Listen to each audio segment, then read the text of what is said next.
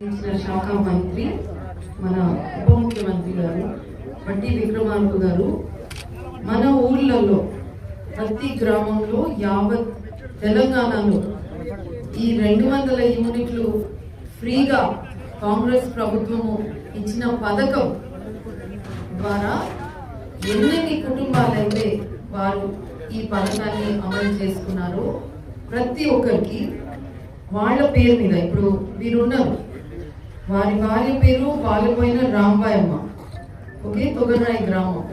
So ప్రతి ఒక్క 200 యూనిట్లు ఎవరైతే వాడుకున్నారో, ఎవరి నుంచి గవర్నమెంట్ మన కాంగ్రెస్ ప్రభుత్వం నుంచి ఉచితంగా 200 యూనిట్లు వాడుకున్న వాళ్ళందరికీ కూడా కరెంటు బిల్లు కట్టని అవసరం లేదనే పథకంతో ఆ రోజు మీరందరూ కూడా రాష్ట్ర వ్యాప్తంగా కాంగ్రెస్ పార్టీ ఇలాంటి హామీలు చూసి ఓట్లేసి కాంగ్రెస్ పార్టీకి మీరు పట్టం కట్టడం జరిగింది యావత్ రాష్ట్రంలో.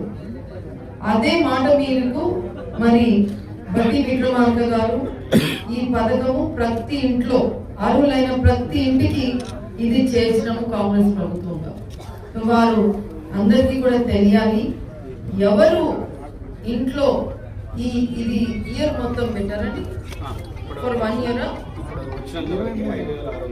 అప్పటి నుంచి 2 ఏళ్ల వరకు మనము ఈ కన్స్యూమర్ కి ఇచ్చిన ఎన్ని రూపాయల బిల్లు ప్రభుత్వం వారికి మాఫీ చేసిందనేది ప్రతి ఒక్కరికి వాళ్ళ ఇంటిది వాళ్ళ పేరు రాసి ఈ లేఖ అందజేయడం జరిగింది.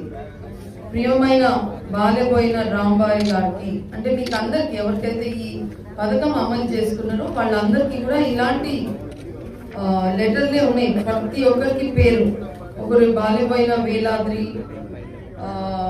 ఇంకొకరికి కన్నెపోయిన 7 కొండలు, ఇట్లా ప్రతి ఒక్కరి పేరు మీద మంత్రి గారే రాయడం అనేది విశేషం.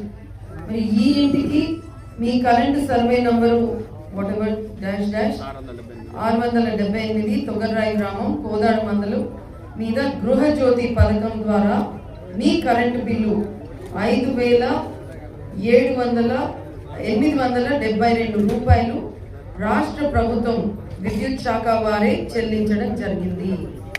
మరి ఇప్పుడు విద్యుత్ బిల్లు కోసం ఖర్చు చేసే డబ్బును పిల్లల చదువుకి, ఆరోగ్యం మరియు కుటుంబ అవసరాలకు మీరు దయచేసి ఉపయోగించుకోండి. మీ కుటుంబంతో పాటు రాష్ట్రంలోని